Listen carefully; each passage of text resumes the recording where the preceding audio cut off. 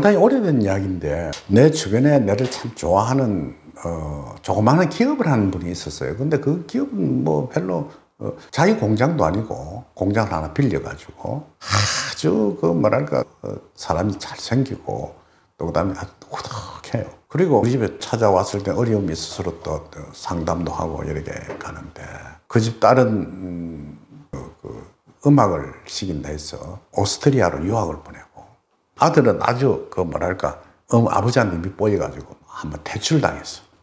그래갖고 아들은 아들대로 살고 이분은 또 특이한 점이 몸 체형이 그래서 그런지 몰라도 부부 관계를 잘 못해요. 그걸 안 해.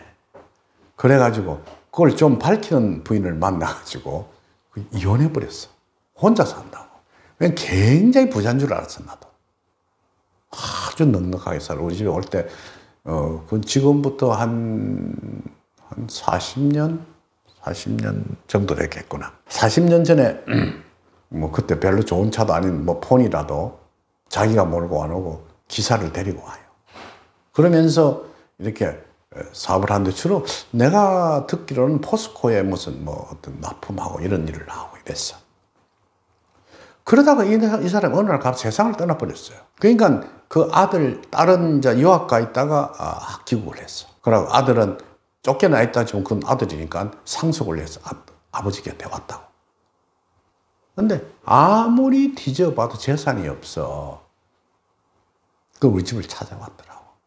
선생님하고 아주 우리 아버지와 친한 줄 알고 있는데 우리 아버지 재산을 어디다 두신 줄 좀 드러냈습니까? 이래.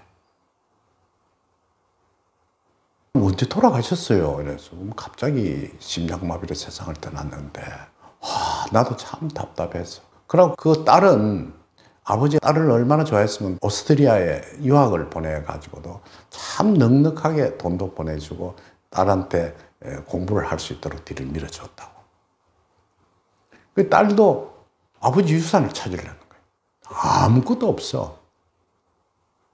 근데 이런 일이 있었거든요. 자기 기사를, 선생님, 내가 그 기사를 두는데, 그 남자 기사를 두니까 얘들이 술을 마시고 뭐 짜고 뭐 별로 싫어서 좀 차분한 그 여자 운전사를 둬도 괜찮겠습니까? 이래 물어봐. 괜찮기는 하지만 좀 처신 잘하십시오. 그건 내가 잘 알지 않습니까? 이래. 그래갖고 여기사를 하나 뒀어. 여자 기사가 그 사장을 항상 태우고 다니는데 여자 기사는 이 남자분이 혼자 사니까 또 부자고 하니까 어쨌든 꼬시가지고 그 안주인 되려고 마음을 먹고 들어갔는데 이 사장이 이 움척도 안 하거든요. 그러니까 뒤에는 막 이 애가 자기 혼자 화닥질이 나가지고 난리를 빼다가 사표 내고 나갔다는 이야기를 들은 적도 있었습니다. 뭐 그건 별로 중요한 이야기는 아니죠. 그러면서 그분이 일생을 살면서 아주 맛있게 살았어요. 어디 가도 대우받고 상자에 앉히고 그러면서 자식들 공부도 시키고 하면서 떠날 때는 아무 남김없이 재산 크게 남기지 않고 세상을 떠나버렸어. 이런 삶이 하나 있고 한 친구는 어떤 애가 있느냐면 이는 막 무지무지하게 구두쇠예요. 마누라가 10,000원짜리를 하나 주면서 여보 쓰시오 하면 뒤에 그걸 보게 돼서 뱅뱅 돌아다니다가 기트무리가 떨어져 나가서 도로 내놓는 사람이에요. 그러면서 열심히 벌어가지고 먹는 것도 있게요. 그러면서 서울에 있는 아파트도 하나 사고 땅도 하나 사놓고 다 이렇게 했어.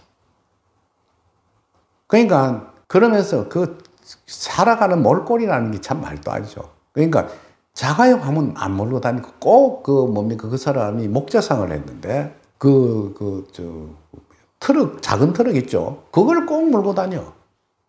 내가 이야기했어. 그 어디 다닐 때 차 좀 그런 거 좀 갖고 다니지 말라고 이러니까. 이게 어떤데? 이게 얼마나 든든한데? 무슨 일이 있어가 필요한 일이 있으면 뒤에 짐도 실을 수 있고. 그래갖고 무슨 계모임 같은 데 갔을 때 꼭 트럭을 몰고 오는 친구예요. 그 친구가 암이 걸렸어. 그래가지고 투병 생활에서 세상을 떠났어. 곳곳에 재산이라. 살아있는 동안에는 아주 한마디로 국밥 한 그릇도 아끼던 친구예요. 돌아가고 난 뒤에 아들이 한 덩어리, 딸 하나, 마누라 하나 가져갔어. 그 마누라 한 6개월 정도 지났는데 탁 내를 찾아왔어. 선생님, 내가 남자가 하나 생겼는데 이거 어떤가 좀 봐달라. 야, 내가 생각해. 남편 묻으면 흙이 마르기도 전에 남자가 생겨. 근데 이 남자가 제비 비슷해. 그래서 못하겠어, 내가. 조심하라. 이런 일이 있었습니다. 그 이야기를 하려는 것이 아니고, 한 사람은 돈을 잘 벌면서 아주 부자로 살고 자기 하고 싶은 대로 다 하면서 일생을 마친 사람 하나. 하나는 돈을 벌면서 저축하고 땅도 사고 뭐 아파트도 사놓고 아들한테도 조금 주고 딸한테도 주고 마누라한테도 넘겨줘 가지고 그 초췌하게 일생을 마친 사람. 이 두 사람을 그걸 보면서 어떤 인생이 더 잘 사는 것일까? 여러분, 어떤 걸 선택하고 싶습니까? 역경은 이렇게 이야기합니다. 너무 이렇게 해도 되지 않고 이걸 이렇게 너무 아끼지도 말고 이 중간쯤 중용의도를 지키면서 그렇게 살아라. 그래야만이 장수하고 오래 산다고 했습니다. 가난하지만 가난한 게 아니고 자기가 가지고 있는 번을 벌어가지고 경제를 유지하는 걸 가지고 아주 퀄리티 높게 사는 사람이 있고 잘 벌면서도 아주 센 거지까지 사는 사람이 있는 이런 인생을 여러분들이 어떤 걸 선택할지 아는 것은 여러분의 어떤 사고에 달려 있다고 생각이 듭니다.